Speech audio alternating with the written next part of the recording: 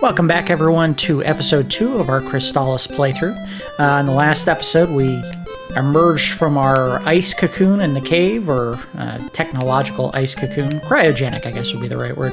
And went ahead and got the first sword that we get in the game of 5. Technically, it's 4 that get combined into one big sword at the end of the game, but that's semantics, whatever.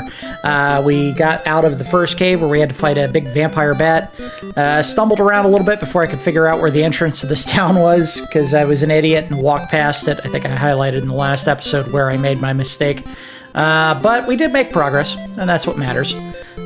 So what we're going to do is, another thing that I noticed I missed somehow was there's a shield in here you can buy, and I did not buy it. So let's try to get that done real quick.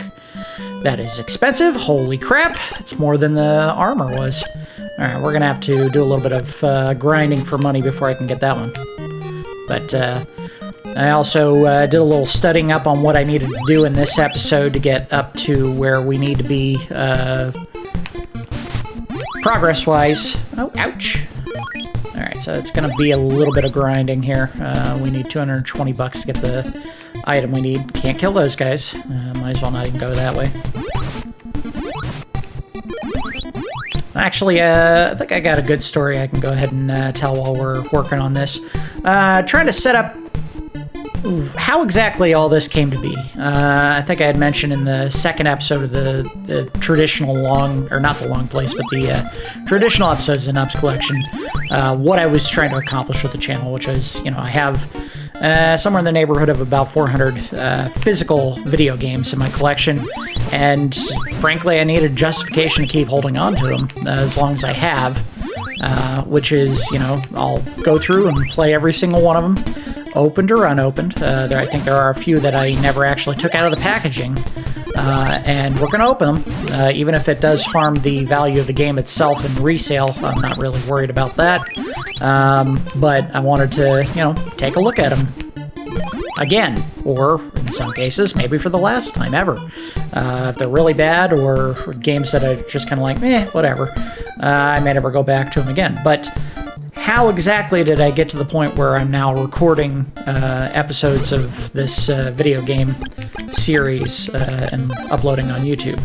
And the answer is pretty simple. I had a couple of friends that I chat with on a regular basis. A couple of them you'll see in a future episode, or hear from, I guess, in a future episode. Billy and David will be on an episode, and I think a couple others will pop up in the future as well. But I had been mentioning to him at one point some videos that I was watching on YouTube, and I had indicated in one of those episodes that it had kind of been a pipe dream of mine to have my own YouTube series where I just kind of look at video games that I own and review them for people. And without even telling me that he was doing this, Billy, who you'll see in a future episode, kind of a very a unique individual, which is, it sounds insulting, but I mean that in the best terms, because he is he's got a lot of heart. He's a very nice guy.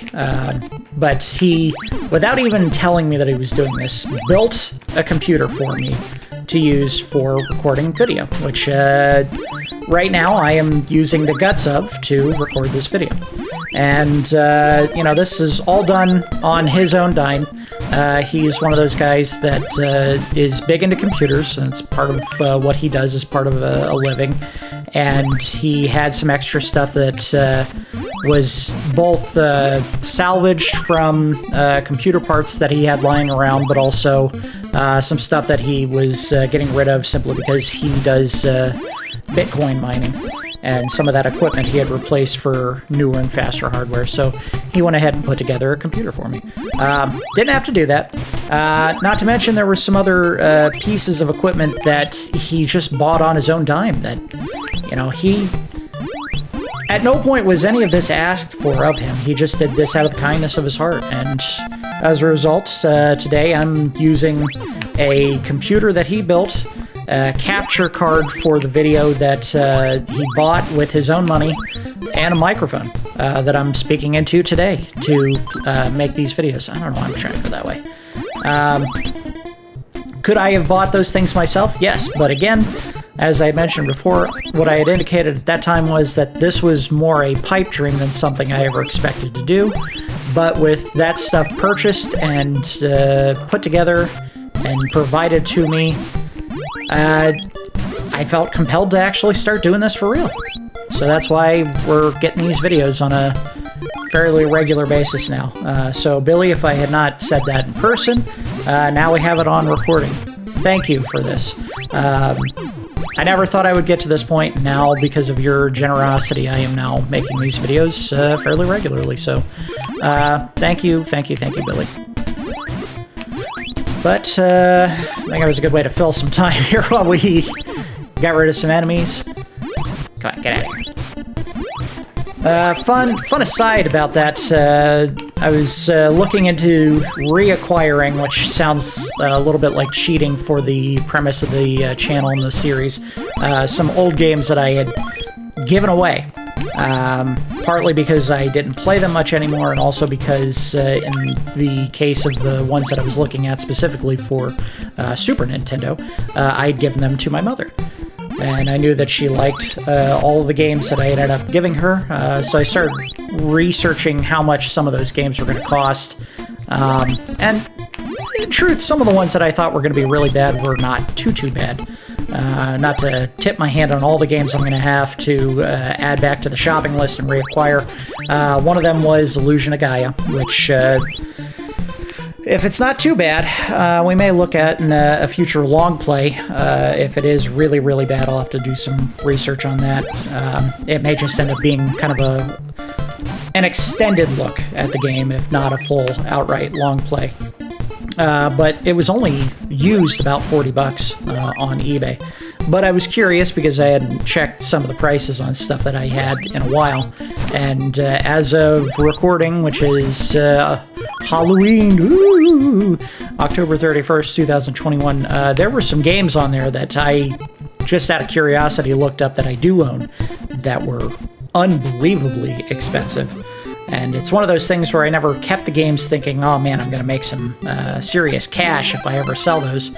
But it turns out some of the games that I have are really valuable now. And no, I don't intend on selling any of them, but it was just, hey, what is this worth now? And there were some games, for example, and I think one of the ones that anyone who keeps track of this would already know, but Earthbound, which is a Super Nintendo game that I have, I think a used copy of that, just the game itself, not the box, not the instruction manual or any of the other accoutrements that the game came with. That game alone is about $200 used. No, we're not selling anything else. Which, I mean, I knew it was already going to be valuable, and if you have any of the other stuff, it actually drives the price up even more because, you know, when you were a kid, you got the game, you probably chucked out the box. If you read the instruction manual once, you probably got rid of that as well because it was just clutter that was sitting around. Or if you were really smart, and this is one of those things that, thankfully, knock on wood, I was smart about, you held on to one of the things that was unique about that game. Nintendo didn't trust American audiences to be smart enough to figure out how RPGs worked. They included an entire strategy guide with Earthbound. And if you have that, that drives up the price even more, like $100 or so. For the strategy guide. It's insane, right? It's just a magazine-size book that lays out the game in fairly simplistic terms. They did a nice job with this particular strategy guide because they added a certain aesthetic to it to try to make it more appealing to read as just, a casual look-through, where they set it up as like it was a tourism travel guide style book. And yeah, that drives the price up like $100 or so for the used game. But there's some other games, and I don't want to tell you all the ones that I have that are super valuable, but that is one that kind of sticks out. But yeah, there will be some games in the future that we'll take a look at that I'm going to have to reacquire if I cannot find them. And I can't promise that, if my mother still owns those games, I don't know why I did that, if she's even going to be willing to part with them, or if she even knows where they are. may have been one of those things where she has the games, but she's, like reticent to give them up, and I'm not going to make her give me games that I gave to her as a gift. Kind of when I was moving out, I was like, yeah, I never play these games anymore, you can have them. Yeah, I'll try to pick up the ones that I'm missing. Illusion of Guy is one of them. And then there's going to be a couple other Super Nintendo and possibly Nintendo 64 games that I got to pick up. So anyway, I needed the gas mask to go in here. This is where we need to go next. There is a village in here that we need to get to. And unfortunately, we're also probably going to get hit by some bugs that may poison us. So I'll try to avoid them as best I can. Spooky music. For a game that, at this point, I don't think has the best music. This is a nice change of pace. Okay, see, there we go. You coming back? Nope. Okay, yes he is.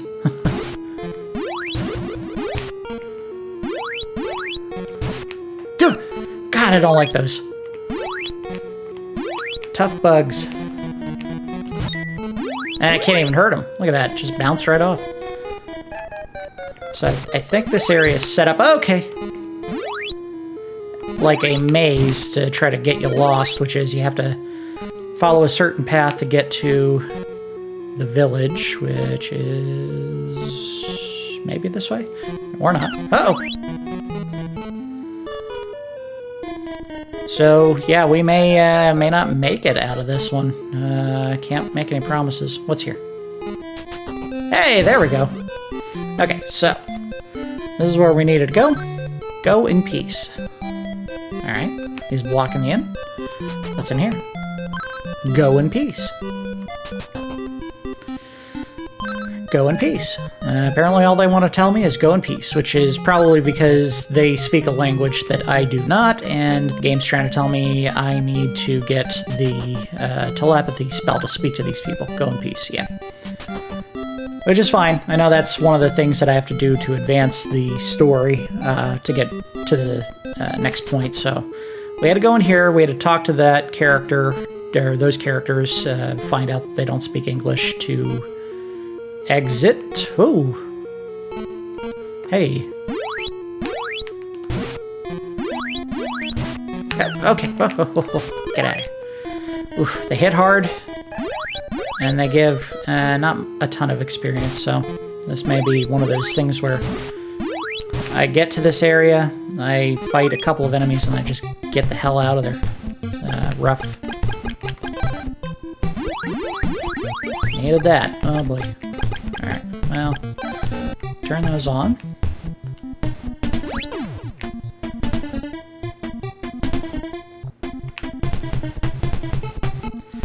Going back to the little aside about stuff that you own that had value. Who, when they were a kid, ever kept stuff when they were growing up thinking, oh man, in 20 years I'm going to sell this and it's going to be worth so much money? It's kind of like baseball cards. Now, when I was a kid, of course, I think everyone knew if you held on to a card that was rare or had, a player of some kind that was really good, you knew that it was going to be worth a lot of money at some point in the future. But video games, whoever thought that?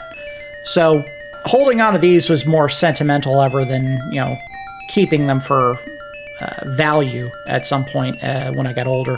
And it turns out it serves both purposes, because I do have sentimental value and attachment to some of the games that I have as an adult that I bought when I was, or received when I was a kid. And, of course, now, if I was hurt for cash, I could probably sell all of these off and make a ton of money, but that's not what I'm about, that's not what I'm trying to do. This is more, hey, look at these games that I had as a kid, and, or am now looking back at again, with years of experience to help guide what I'm looking at. But anyway, let's get back to the game here. I am Tornell. If you are truly a legendary soldier, you should be able to defeat Stom easily. Just force your opponent against the back wall. This is what I was thinking about, because this guy will attack me, and I have to push him back, I guess, with my sword. I'm Stom, training under Tornell. Nub, let's have at it! Okay, can't beat him. You still lack the proper skill. Come back when you think you are able. I think that's the game's way of telling me get another level, and then I will be able to push him back, in theory. But yeah, you just mash the button to attack him. Unfortunately, what that means is we're probably going to have to do some grinding for experience to get strong enough. And boy, got a long way to get to the next level, so... I'm not sure if these were the best guys to fight for that, or the big slimes, or maybe even those bugs in the area over here in the poison swamp. They did give a lot of experience, but even then I think I'd have to kill about, good lord, 70 or 80 of them before I get the next level. So again, the game kind of punishes you to try to get you to do leveling in this game, and it does so by either creating gates like back there where the guy is telling me I have to beat him up in order to advance, and of course jamming on the attack button didn't do a ton, but there was also areas that physically told me, hey, you're not strong enough, don't go here. They hit you over the head with that stuff in this game.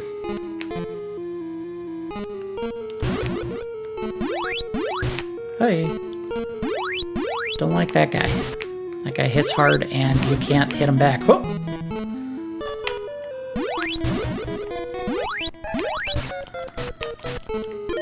Boy, pill bugs that big would be just a nightmare in real life because they don't look cute. And of course, if one of them got agitated and started rolling towards you, I think as a human being, you would probably be crushed to death. There wouldn't be a whole lot of surviving something like that. Gotcha. Yeah, they give about 8 experience points per. So it's not bad. But of course, this bug here is going to be the bane of my existence in this area. And it may behoove me to go somewhere where I can get the levels a little more safely. We'll tough it out as long as I can manage. Of course, if I don't start finding more of these guys, I may just leave so I can find somewhere with more of them to kill. Oh, there we go. Hoop. I was worried this might be the case, that there was going to be some points in the game where I was simply just going to have to grind and get some levels. I'm hoping this is it. If I get 6, then I'll be able to go to the next area. We do not want to go... There's a certain area yet in here that we don't want to... This is it right here. Don't want to go in there. That is a boss. If we try to fight him, we will probably get killed. I think you have to have the next sword to do that. So... just poke around a bit, see if we can find some monsters to kill. Or pill bugs, whatever. Whew! Yeah, I want to be careful, because I think those guys can poison me. It hasn't happened yet, but again, this is a game-breaking stat, or game-crushing stat, or status effect, rather. Where basically, if you get poisoned and you don't have an antidote, it will kill you. Unfortunately, it doesn't just run out. It's not a timed status effect. It is permanent until you get antidote. There we go. Oh! Whew! Guy tried to sneak in on me. There's another one back here. There we go.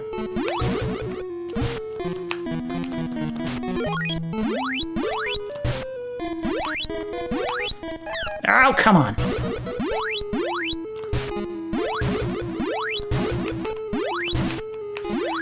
Now, I haven't tried this yet. I don't know if I can actually put both on and use one while the other one's... Yeah, looks like I can. That's good. Of course, that also means I need to get out of here and get some magic back so I can keep recovering. I'll just go ahead and do that.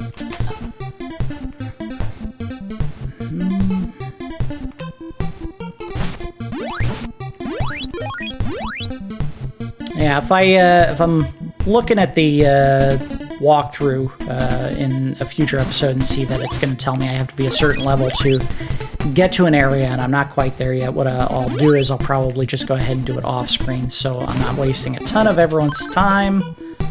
Oh, shoot. I gotta swap, sorry, do that, and turn off the magic so I can just jump. There we go. Yeah, I don't wanna make episodes where all I'm doing is just walking back and forth and killing monsters for an entire, hour worth of gameplay, because that's not interesting and no one's gonna want to watch it. No matter how good the storytelling is that I have to offer when I'm doing it. Alright, let's get some health. Shoot someone with magic. You were just standing in town and some guy walked in and shot a giant ball of, like, wind at you. I don't think I'd want to be anywhere near that guy. I wouldn't be casually just strolling about the city like everything's normal. Oh, just one of those days. Guy shows up, starts blasting magic at everyone.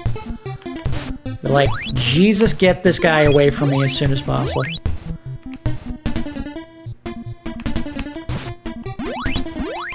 Ow, you jerk.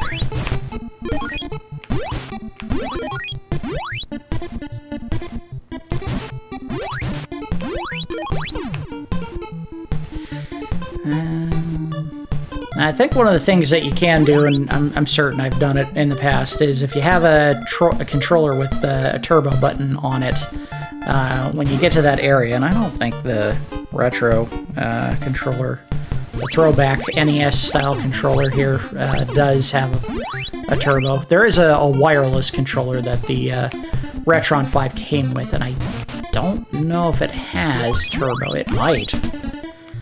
But in any case, if they design the game in a way that you have to have a turbo controller to beat a section, they did a bad job with the game, because basically they're forcing you to buy a peripheral to continue.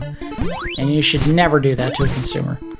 Never make it so that the only way you can play a game without anything on the instruction manual, or in the instruction manual, or anything in the game, on the game case, that tells you, oh, you need this to continue. If you do that, that's really crappy design, and you failed the customer. I think that would be the kind of thing today that would probably get your game review bombed on one of the gaming websites that you can buy games off of digitally. Among other things that people do that are really crappy to review bomb games for a variety of reasons, but that would probably be a legitimate one that's like, hey, look, this was a bad choice, you're screwing your customers over, you need to fix this.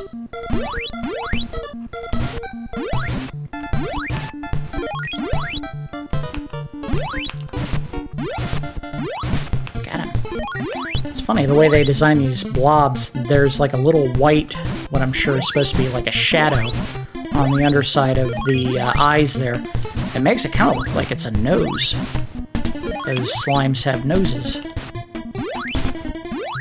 And you already see they have what looks like eyeballs, or at least pupils, and an eyebrow arch, even.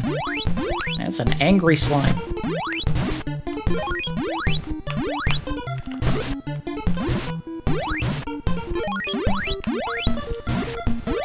We're about halfway to where we need to get. This is a lot safer than trying to fight those pill bugs, and I think it's going faster, too. Not quite as many experience points for killing them, but that's not a big deal.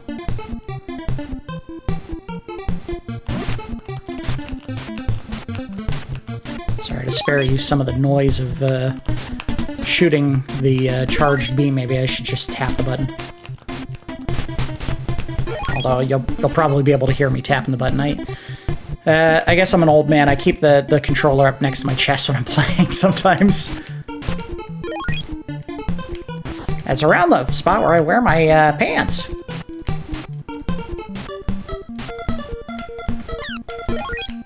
Unfortunately, that may be just something that I could fix if I was smart enough to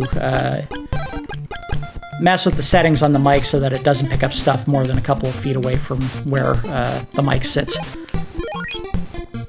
I honestly don't know. I'm new to all this, so I'm sure there's someone out there who's, an expert at setting up controllers and or setting up microphones and studio recording equipment and software to make sure that stuff like that gets kind of muted out from the mic, but I'm not an expert at this.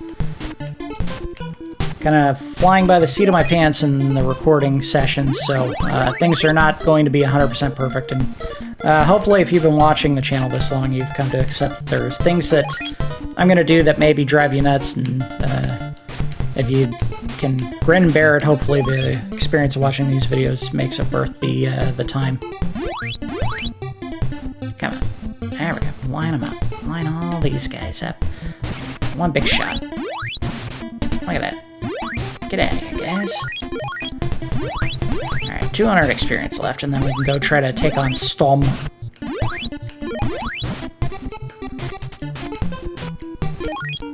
By the way, what a weird name, Stom. S-T-O-M. Strom, I would understand. Storm, I would understand. One of the great X-Men characters, but Stom? It's like they couldn't decide between Steve and Tom, so they combined them into Stom.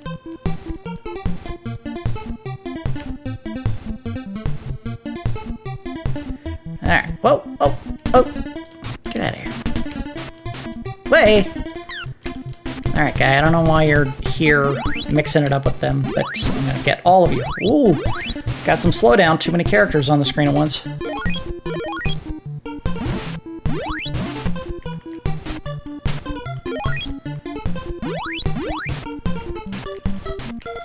Get out of the way. Get out of the way, guy.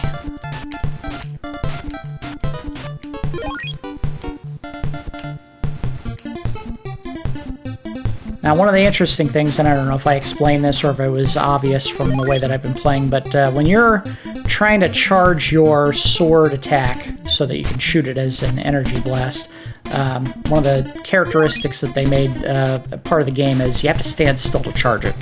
If you're moving while you're charging, it won't do anything. And I imagine that was to add a strategic element. You know, if you are fighting an enemy that attacks quickly or moves around the screen really fast and you have to stop to charge your attack, obviously there's an element of strategy involved there. Is it worth the risk of putting yourself in a stationary position to get the damage? Or do you want to keep moving and maybe just do sword attacks, like just regular stabs?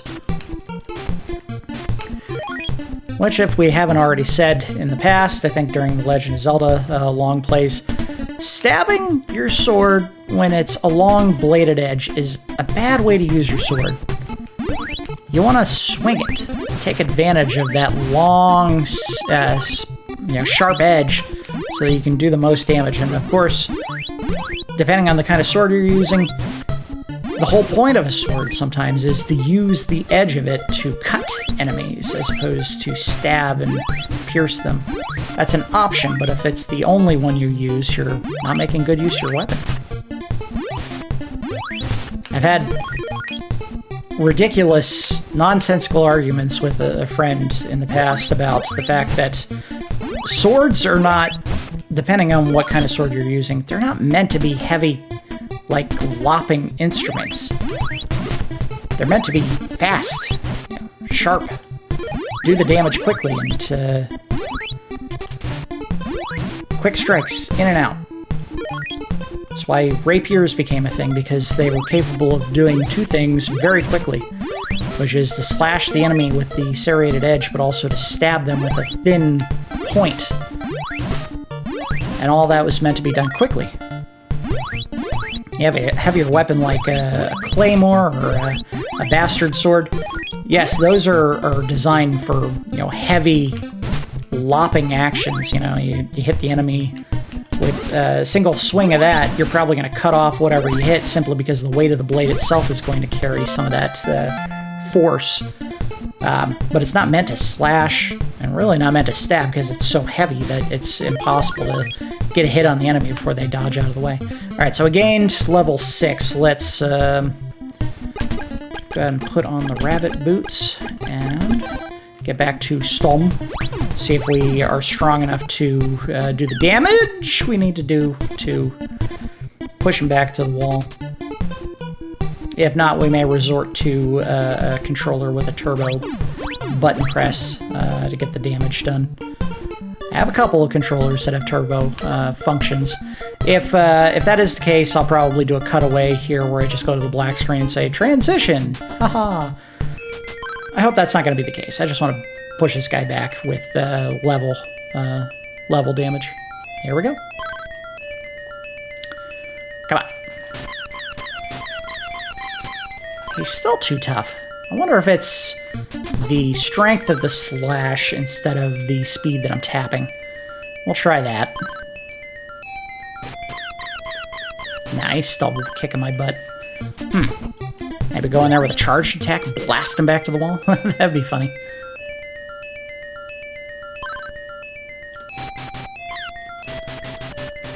Oh, weird. He's not fighting back now. Yeah, I read something in an instruction, like in the walkthrough that I was looking at, that apparently the first 2 times he's going to kick your butt, and then the 3rd time and on, he'll just kind of stand by and let you push him. Sorry, I need a little water there. Why would they do that? Because I would think if you were of the impression, like I was just now, that you weren't high enough a level to beat him, you go in there once, you get your butt kicked, and then you walk away and go, well, I guess I gotta level up again. And this time, after trying it 3 times, he just kind of gives up and lets you push him back. Anyway, excellent. I will now teach you the magic of telepathy. This allows you to communicate with animals. It also allows you to speak with us wise men when you have problems, even if you are not near. I will now go to the training palace. If you find the tornado bracelet nub, bring it to me. You now have telepathy. So, the value of that is, of course, that you use that to communicate with the villagers in that town in the poison area, and you can find out what they're actually saying instead of go in peace. I'll, be waiting. Okay. Well, I'll, leave now. And what they're going to tell me, if I read correctly, is they don't like me and they want me to leave. So we went through the effort to get the ability to talk to these people through telepathy, and then they're going to tell me, get out of our town, basically.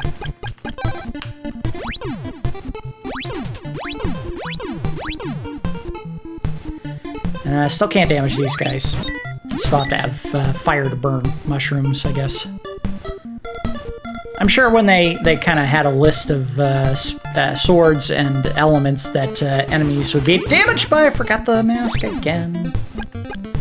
They probably had a list and they were like, well, mushrooms, they're probably not going to be affected by wind, water would heal them, but of course, fire would burn them, and then there was going to be some monsters that were like, well, don't know if anything's really going to hurt them, so we'll just say, you know, wind and ice will damage them, or water, or whatever. I don't know how they put that list together. We're going the right way. Here we go. This is the village. Alright, so I don't know if I have to cast it every time I talk to someone. No, you just put it on. This is the Village of Oak. We don't like humans here. Okay. Good for you. Still talking to everyone.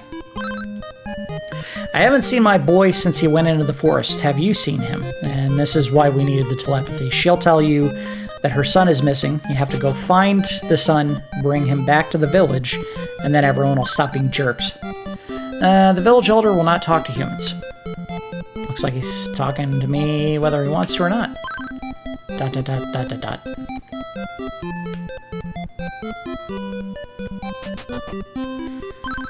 The air in my house smells like humans. Get out!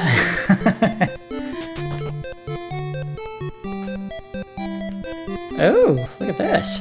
I'm walking the cabbage. So not only am I a species that they hate just because of virtue of being human, but now I'm destroying their crops by trampling on them. I'm really doing a lot to ingratiate myself to these people. Alright, so we gotta find the kid that's missing. We'll kind of trace our steps to the left here, counterclockwise. Try to find where the kid is, and hopefully not get killed in the process. Although we did find that we could use this without expending points, so we'll put that on. Recover the health that we're losing. Ouch! And hopefully if we find the kid fast enough, we'll be able to get it back to the village. Use the newfound comfort with my presence after I save the kid to go into that inn and heal up. Got plenty of money now. It shouldn't be too expensive. That said, if the people still hate me, they may only begrudgingly allow me to use the inn, and then they'll jack the price up so much it's not worth the expense. I hope that's not the case. Oh, come on, guy. Seriously? That's just some dirty garbage. And there he is. All right. Wow, I'm afraid. I want to go home. Can you please take me home? Now, note that I changed to the refresh spell, but apparently he does speak English. So you can't go too fast or he'll disappear, and then you have to restart the walk back to the house. I don't think he can get hurt. I don't want to find out the hard way by having him bump into anything that'll damage him, but make sure he's sticking around. Alright, here we go. Alright, kid's back. He's going to say hi to his mama. Let's go talk to the lady and the kid. I am forever indebted to you. Please take this as a reward. Give me the sword. Nope, an insect flute. I have no idea what that does. I'll be good from now on, I swear. Let's see if it tells me. Okay, well, I don't want to do that. I'm just trying to find out what it does. Can't actively use it, so I wonder if that means... Well, I don't know. We'll find out. Wait, what did the kid say again? I'll be good from now on, I swear. Alright. Let's see if anyone started moving. There we go! The insect flute is a powerful item, but it's dangerous because of the poisonous insects it calls. I think what that means is that's the item you have to use to fight the boss in this area. We shun most humans, but I think you are different than most. Well, thank you for that, I guess. Who are you? You're quite strange. Yeah, I'm the guy you didn't want to talk to before, remember? They're all talking to me without telepathy in use now. I don't know, that was weird. You saved the child? I thank you. I now ask a favor of you. There is a monster in the poison swamp. They didn't want to talk to me. They wouldn't do so until I rescued a kid, and now the guy's making me do more work to ingratiate myself to them? What a jerk. Many of our dwarves were eaten by this creature. The monster cannot attack the village because of an object we possess, but we cannot use. I'll leave this object in your care to save the village. Guess what it is? Sword of Fire! Alright. Please do it! Okay. See if there's anything new. Nope. By you. Alright. Let's see what's in the item shop. Yes. Medical herb, antidote, fruit of power. I have no idea what that is, but we'll buy it. Yes. No. I don't know if that recovers health or makes me do more damage. That would be my guess. We'll go ahead into the inn, recover my health, magic. I guess it was just magic. Okay, thank you. Get out of the way. I want to go... yeah, that was it. There was no other shop here. Alright, so we need to put the gas mask on. Oh, and apparently the insect flute as well. And then, of course, we have to swap to the fire sword. What that means is the ball of wind only works with the sword of wind. Putting this on, we won't be able to do a second charge level. See, they won't even let me do anything with it. Oh, I know what's happening. Interesting. So having this equipped activates in B. This is equipment that you use either passively or actively by pressing A. And then magic, obviously, will keep on, but we'll turn that off for now because I think you have to use that to summon the boss. Oh, before I do that, let's save. So, obviously, whoever had this game before me was a big fan of Dragon Ball Z, because that name is clearly a reference to the character Trunks in Dragon Ball Z. Never was a huge fan of that show myself. It felt like every episode was just 50 minutes of people talking, 5 minutes of fighting, and then a setup for the next episode of 50 minutes of talking, 5 minutes of fighting.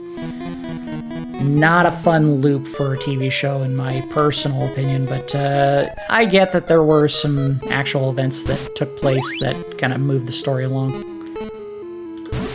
Hey, I can kill that bug now. Cool.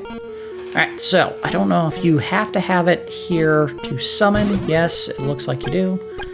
We're going to put it on. Oh! There it is. Alright, so let's... As soon as I can move. That is a big bug! Good lord. Turn that back off. Oh, I don't have to. Alright, good.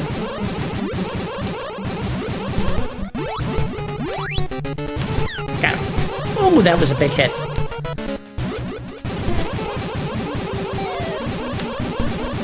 And now they got bugs that shoot you!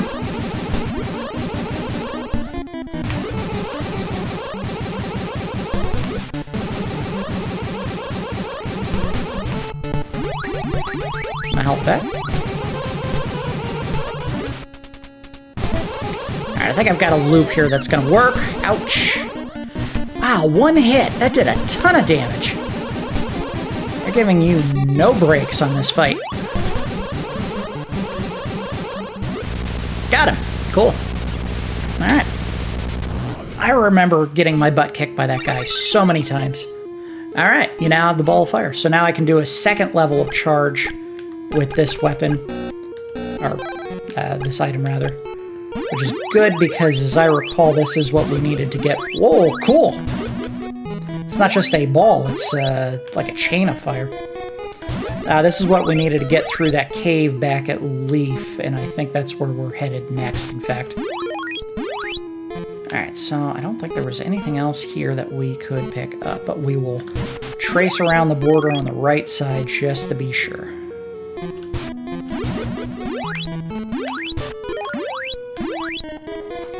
Obviously, each sword is going to have its unique strength or weakness, and some may be more effective at killing monsters than others.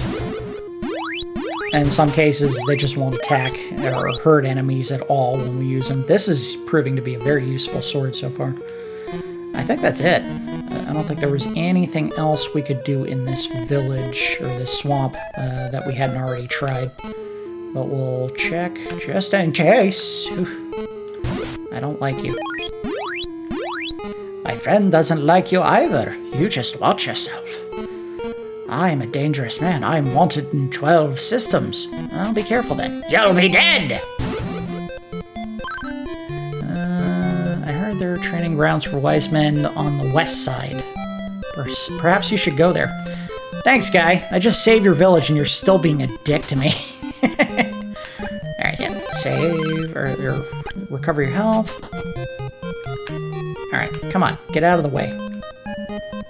They really like the color pink in this game. Pink and kind of more of a purplish magenta hue. It'll be good from now on, I swear.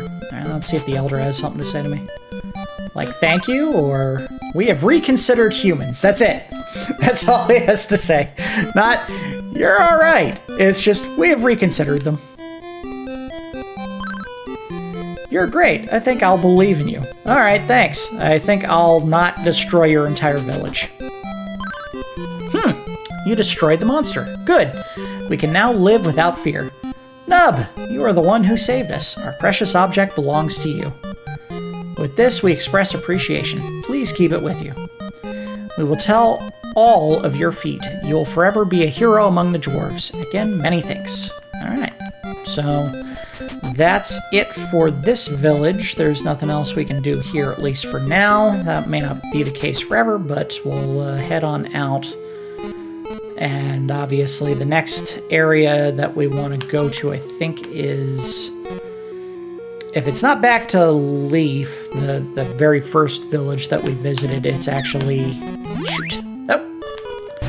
There's actually a cave that we started walking through, or a passage we started walking through in the previous episode that was a mistake. Did not want to go there yet. Now we should be able to advance. It was that icy area that had the, like, abominable snowmen walking around. yetis, if you will. Hey, we can kill the mushrooms now. How much do they give? About 8 experience, and I didn't see how much money, but certainly better than these guys and the slimes. And it's a one-hit kill on them. Cool. Alright, so charge up. They drop about $4. Not a supreme money-making venture at this point. Alright, let's turn that off so I can do the hopping. One of the key disadvantages of the Nintendo, the NES controller was that you had 2 buttons, and start and a select on there. So, earlier when I was trying to activate the Insect Flute, it was bound to the same button as using your sword. So when I would try to attack with it equipped at the same time, the game would tell me nothing happens, because it was trying to activate the flute at the same time. And then the A, that's the B button that I was using. Then the A button was tied both to the active use items and magic. So if you have both equipped at the same time, it'll try to do both simultaneously. Not great design, but I get it. They're trying to maximize the use of the buttons. Some ways work out better than others.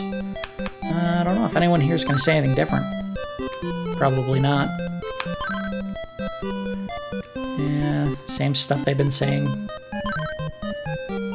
Yep, already been there. Alright, thank you. Let me talk to this guy. Already been there. How about you? 2 routes to Mount Saber, 1 west and 1 north. Both roads are very dangerous.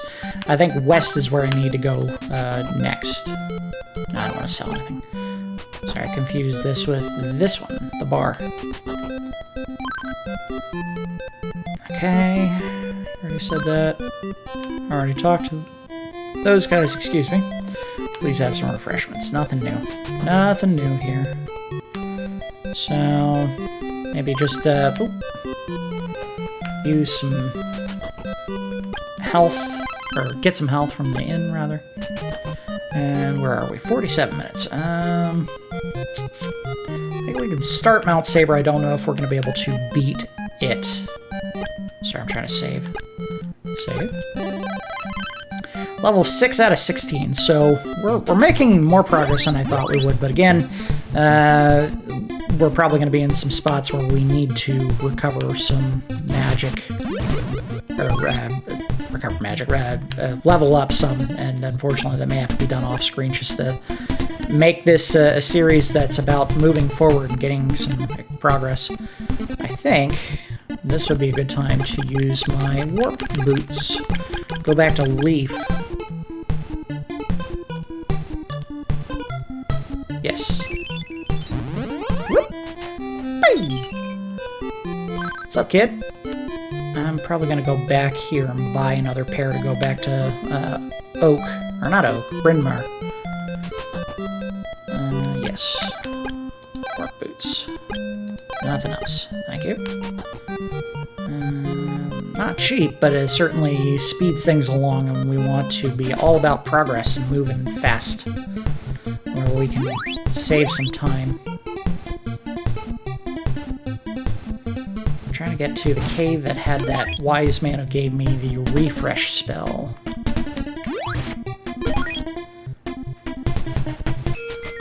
There we go. So the wall behind him had to be destroyed with fire. I don't know if this is where you have to go next, or if you're supposed to go to that area with the ice area first, but we'll try this one since it's right here.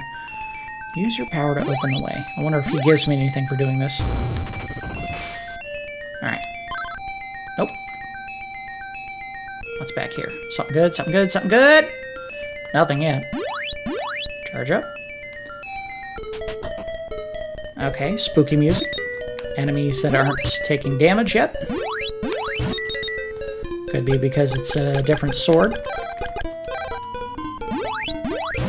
It is. Good.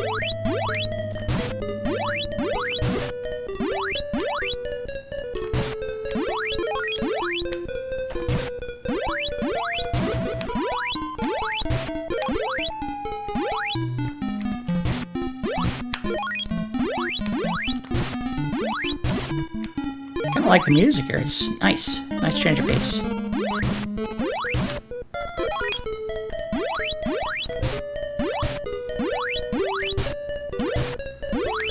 The enemies aren't too difficult.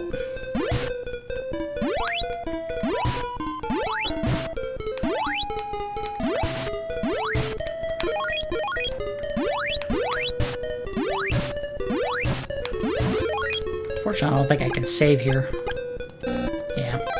Once you go into saves, it's kind of all or once you go into caves, rather, it's all or nothing.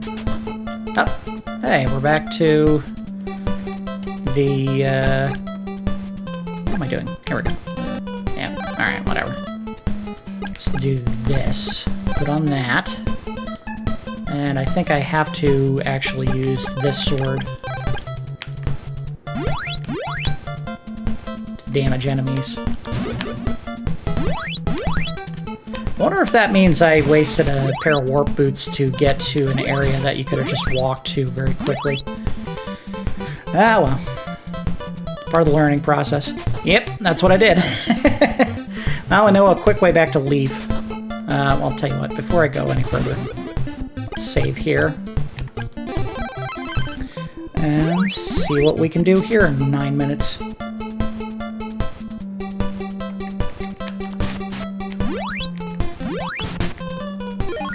So they give me 12 experience per kill. Not too bad.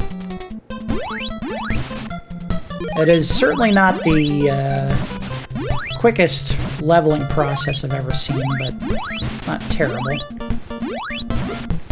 I believe these are slides that only go down. Yeah, they are. And the only way you can get up them, if you're trying to, is to use the rabbit boots.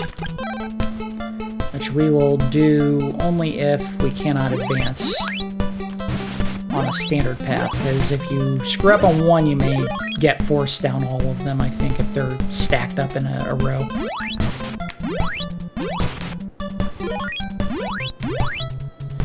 We may get a 7th level just out of killing these guys to clear the path.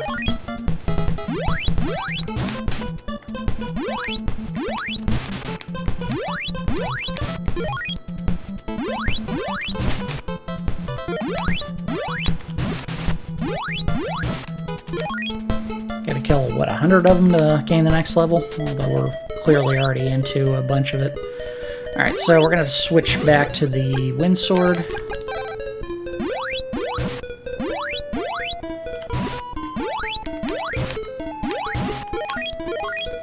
We'll go clockwise through this area to try to find the things we need.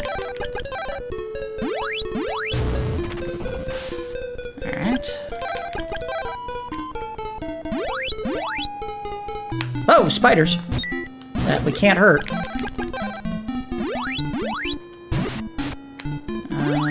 Fireworks. Can't discount the possibility that we'll run into some enemies we can't damage no matter what we do.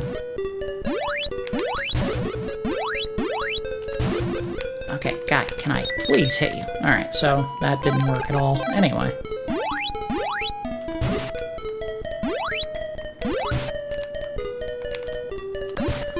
Oh, no, you don't. You tried to hit me while I was charging. I saw that. Too many items! Alright, well, let's see what we can do. Add 3. Let's drop 1 antidote. To add warp boots. We may need those anyway if we get to a spot where I just want to get out of here and save.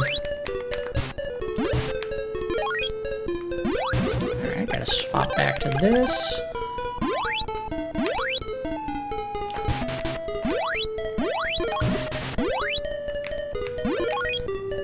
Now, we have not found a 3rd item yet for my swords. Or I guess the 2nd item. But the 3rd charge level, which is a very cool attack, regardless of which weapon you use. And I think all of them have different effects based on what element you're using. Very cool, also very problematic in charging, because basically they all use magic to cast that 3rd attack, So you have to be very careful when you're charging that you don't accidentally go to the max level and blast the enemy.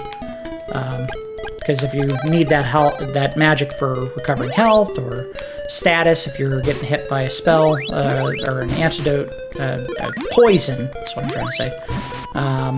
And the only way you can get it back is to use a spell to recover. You might be in trouble if you don't have an expendable item to recover.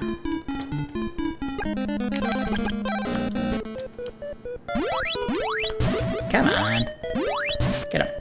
Get him. Stairs. Another cave. Oh! What are you? Something I can't touch. Too many items. Alright, well, stop it!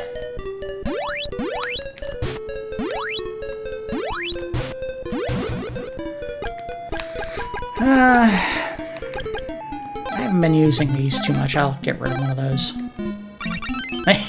Replace it with another one. Whatever. The critical items you'll have room for, the ones that are permanent or have a specific use. I don't think they ever put you in a position where you have to get rid of an expendable item to pick up another one if it has a quest-related use.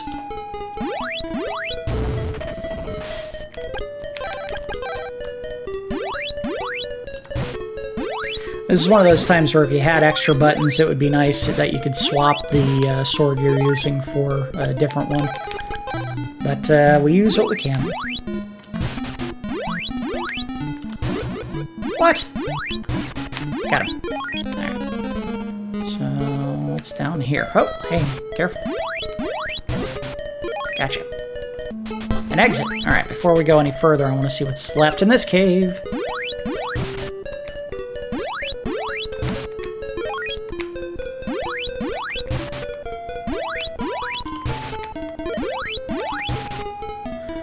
And if we get past the 1 hour mark, we may just run a little bit long so that I don't have to quit in the middle of a large area.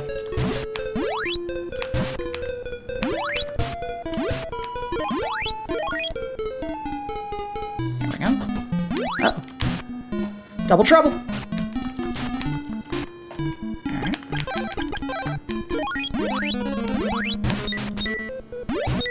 Obviously, he doesn't take kindly to me smacking with fire.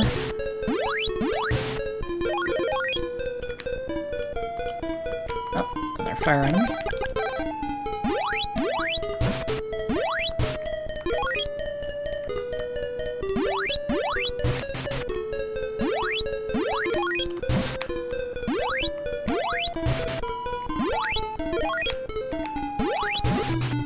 Gotcha. Another set of stairs. Uh-oh. Oh, come on, get in there. Alright. Just pass him.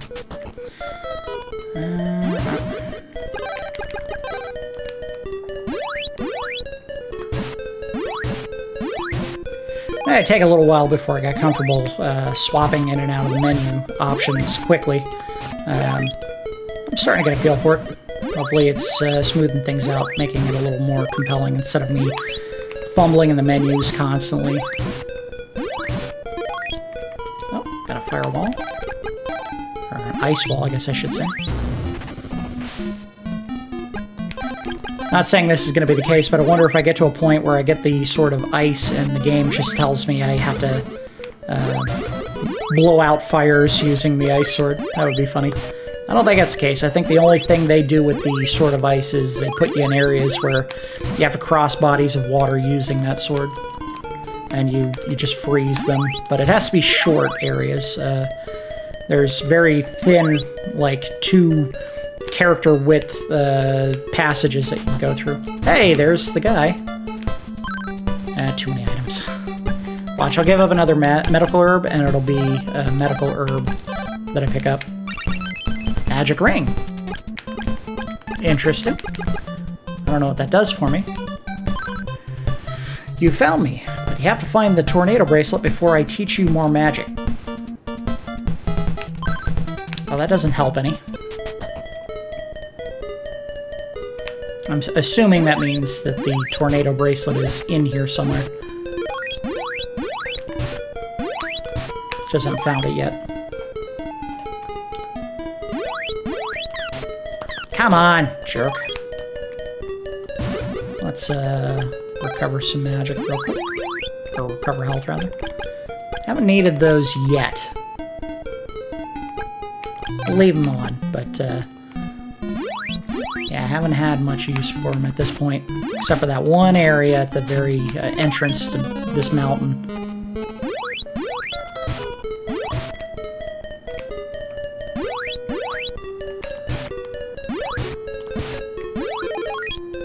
Oh! Whew! There's that scroll problem that I was mentioning in the previous episode about the distance between you and the top of the screen when you're moving is a little shorter than I would like. Gonna have quick reaction time for it. Got them both. Alright, well. Just in the process of going through this cave, I think we've gotten almost to the next level. Experience level, at least.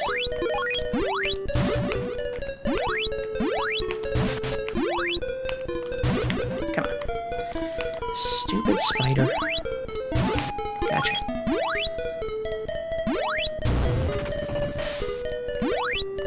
Oh. Nope. Swap.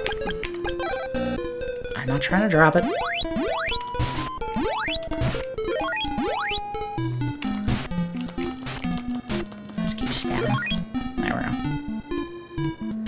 Alright, so this is where we got to before and then bailed. Fireworks on these guys.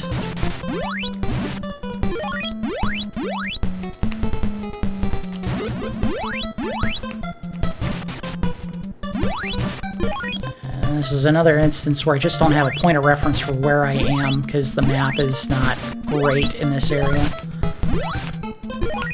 So I may be walking in circles.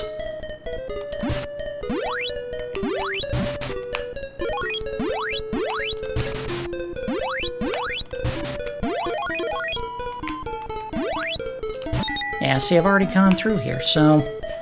Interesting!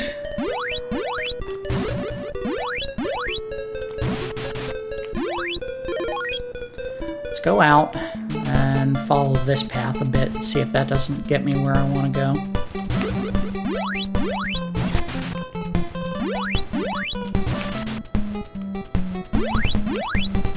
I hit that guy so hard he's dizzy, he's walking in circles.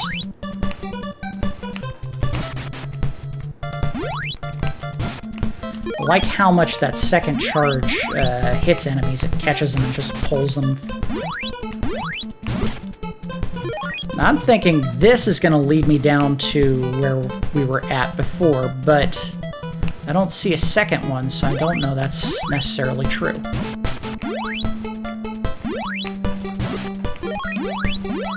This would have been a good time to have a map pulled up.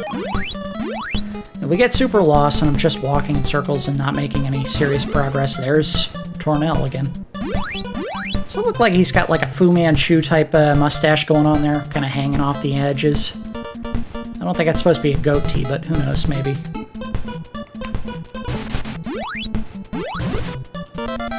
I don't know if that's the politically correct way to refer to the mustache that just grows super long on either side and dangles off. I don't know what the appropriate name would be if that's not it. I can hear my neighbors yelling, apparently. Hope that didn't pick up on the mic! Whoa!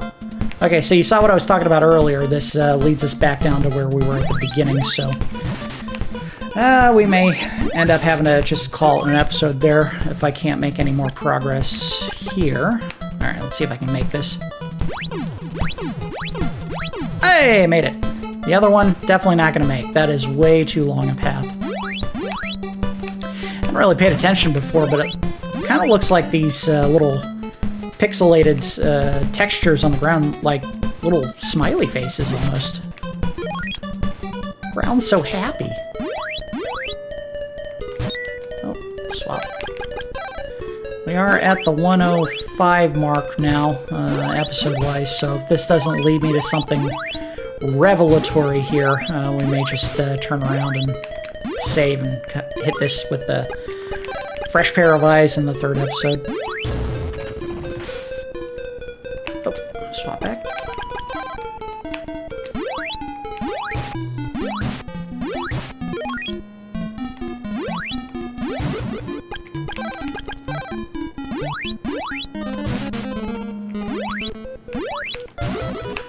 Don't run away from me, sir. It's this way. Whoop!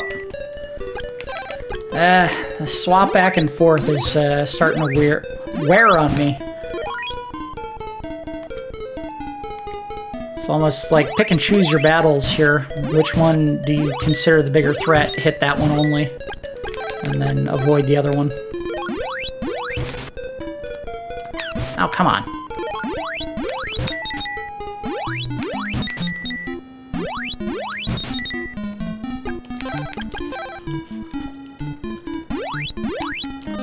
Get out of the way. I have a ball of ice to melt.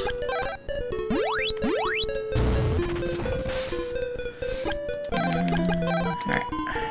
What is another item?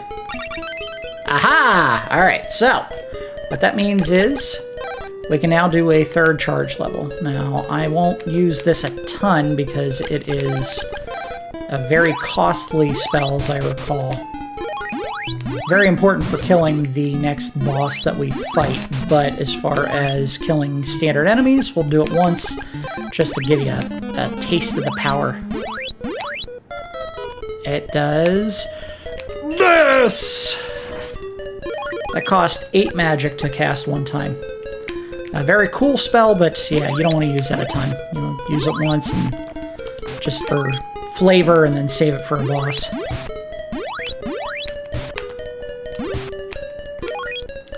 I would assume the magic ring is an item that lets you recover your magic points. I say assume because I don't know. Okay, I need you to stay where I can hit you so that I don't waste my time trying to attack these guys and not damage them. And I think I just went in a big circle. And up here... Oh, hey! Got those dodge moves. I don't want to... Yeah, alright, so that was a big circle. And we come back down and back to the exit.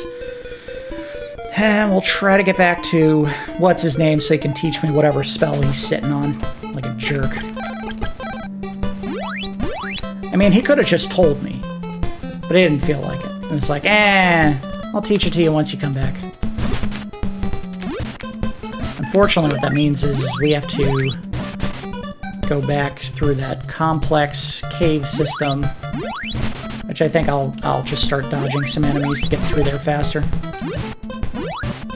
It's one of those situations where if I had gone up instead of down right there at the split, I would have saved myself a ton of backtracking. Ah, well, that's what happens when you don't know the area you're walking through.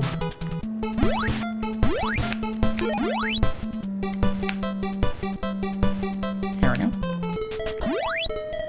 I think I'll just stick with the fire spell, and if it hurts my progress, so be it. I don't think that's going to be the case, though. Gotcha.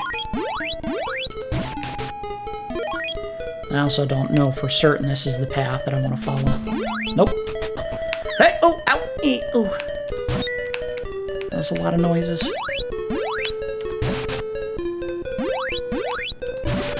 Honestly, I think there's more wind enemies, or enemies you can attack with wind, than there are fire, but fire's much better at pushing enemies away, too, so I think this is the better sword to have in this situation.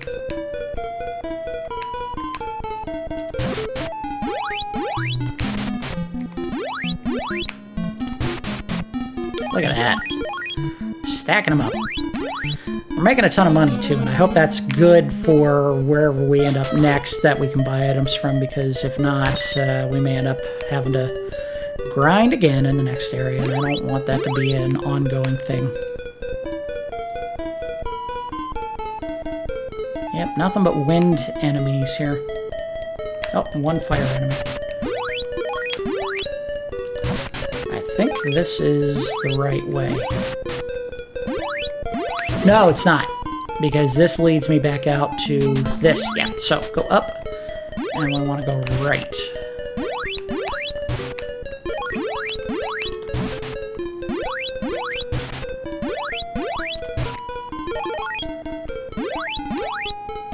Hope, hope, come on. Fake out. Go down here. And then he's either this way or to the right. But this was how we got to Tornell.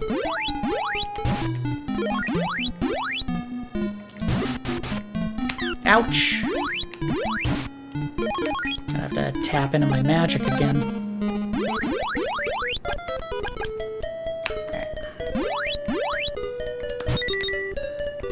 Not using it as much as I thought I would. That's a good thing. Yeah, get out of the way, guys. Wow! You hit them so hard they get dizzy and they just kind of spin in circles. Okay, so that wasn't it. I know I'm getting somewhere.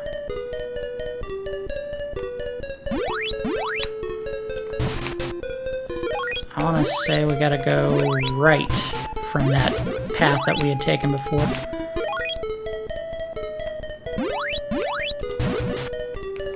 So I'll find out if this doesn't lead where I think it does. It doesn't lead where I think it does. Okay. We gotta be getting there. We don't want to go down at the split up here. We go up.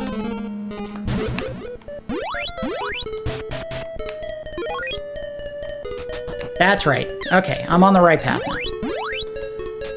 Yeah, because I remember that room being part of the trip to Tornell. I think this will form our stopping point.